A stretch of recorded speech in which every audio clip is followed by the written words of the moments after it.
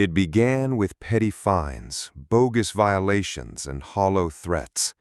Then they showed up at my door, badges flashing, voices firm, telling me I was under arrest for HOA violations. What they didn't know, I'm a U.S. Marshal. They'd just made the worst mistake of their lives. But let's back up for a second. Before this spirals, let me know where you're tuning in from.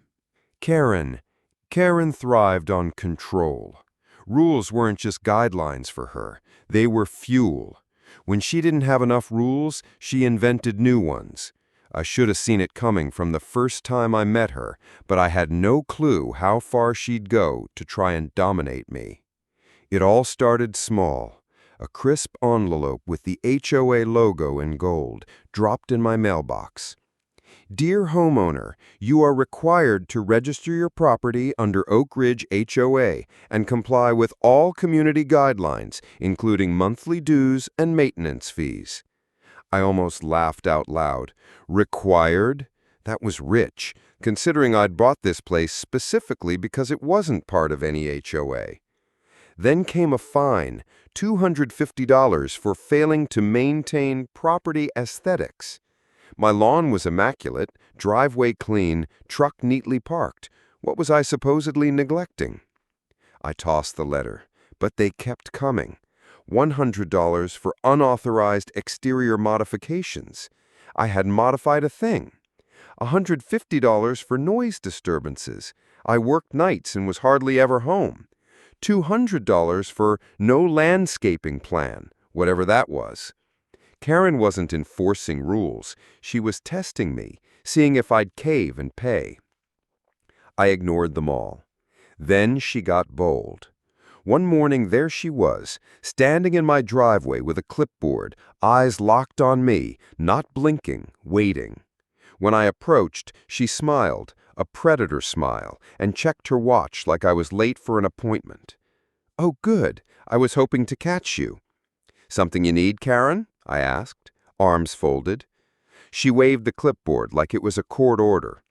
"I wanted to personally remind you about your outstanding violations." I almost glanced at the paper. "Karen, I'm not part of your HOA." Her smile didn't waver. "Well, Oak Ridge Estates expects surrounding properties to contribute as well. It's only fair." I laughed, sharp and cold. "Fair? Let's be clear. I don't answer to you. The notices, straight in the trash." Her mask slipped just for a moment, jaw clenched, but she caught herself. "I do hope you reconsider," she said. "You wouldn't want to make things difficult for yourself." "Is that a threat?" I asked. She gave a little laugh. "Just a friendly reminder, we value cooperation." I stepped in close. "And here's a reminder for you.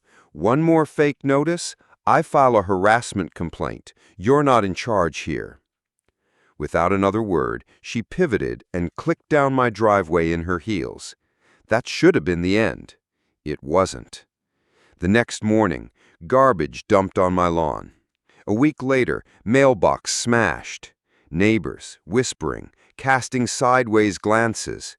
At first I thought I was imagining it, until I ran into Jim at the gas station. "Hope you get things sorted soon," he said, sympathetically. "Sorted?" I asked. Jim sighed. "Karen's telling folks you've got legal trouble, a warrant even." A warrant. Now it was personal. The following day, a letter appeared. "Final notice. A warrant has been issued for your continued refusal to adhere to HOA guidelines." I laughed loudly. Karen had completely lost it. No official agency, no judge's name, just Karen Whitmore, HOA president at the bottom. It was pathetic and illegal.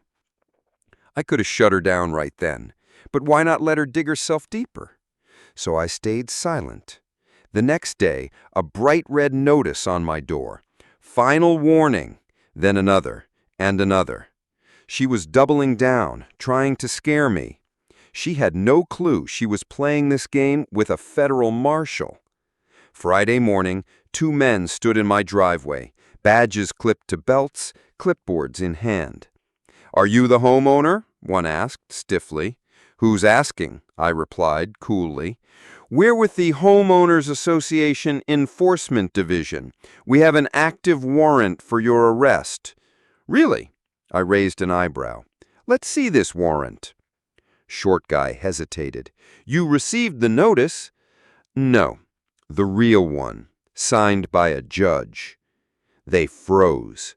"Does the HOA have arrest powers?" I asked, watching them squirm. Then calmly, I pulled out my badge, my real badge. Their faces drained of color. "You two just tried to detain a federal officer," I said evenly. Question 1, where's your legal authority? Question 2, do you want to be charged with impersonating law enforcement before or after I run your names? That was all it took. Clipboard dropped, one bolted down the street, the other stumbled after him. I watched them scatter because now I had them. Running their names later revealed everything. Not cops, not even licensed security. Karen's HOA police was a scam, a whole racket. Digging further, I discovered she'd done this to multiple homeowners, targeting anyone who resisted her grip. Fines, threats, fake warrants, then seizing homes and reselling them to HOA-friendly buyers. It was theft, pure and simple, and she had an ally, a local judge who rubber-stamped her fake foreclosures without verification. This was bigger than harassment. This was organized crime. So I baited her one last time.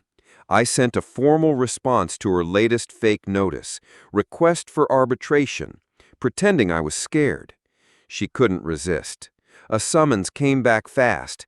HOA hearing scheduled for Friday at a rented community hall. No court, no judge, just Karen's fake show. Perfect. I called the district attorney, local police, and the U.S. Attorney's Office. Fraud, mail fraud, wire fraud, extortion, Karen was going down. I showed up early. Karen was already there, playing judge at the head of the table, clipboard, gavel, fake authority on full display. She launched into a speech full of legal-sounding nonsense, breach of contract, community infractions. It was all smoke and mirrors. Then I interrupted. "Karen, let me guess, the HOA police are on the way?" She froze. One of her board members shifted nervously. She kept glancing at the door. Bingo. I checked my watch. "Well, before they arrive, why don't we call some real law enforcement?" Right on cue, the doors burst open. Uniformed officers poured in. Behind them, the assistant U.S. attorney, legal documents in hand. "Karen Whitmore, you are under arrest for fraud, extortion, impersonation of law enforcement, and conspiracy." Her face turned sheet white. She stammered, "Wait, you don't understand." "Oh, we understand perfectly." Her board members, silent, distancing themselves quickly. As the officers cuffed her and read her rights, she wailed, blaming the board, blaming the fake officers, desperate. But nobody was buying it. Neighbors who had endured her reign sat in stunned silence. The moment the doors shut behind her, the room erupted. Within a week, full investigation. Within a month, the HOA dissolved. Every homeowner she scammed got refunds. Families she forced out sued her. Karen fought hard, blamed everyone else, but the evidence was overwhelming. When the judge handed her sentence, no slap on the wrist, no fine, real prison time. The same Karen who spent years threatening neighbors with legal action now sat in a real cell under real authority. The neighborhood, finally at peace. And me? Every time I pass her old house, now just another property, stripped of power, I smile. Karen thought she was untouchable, but she never saw real law coming for her.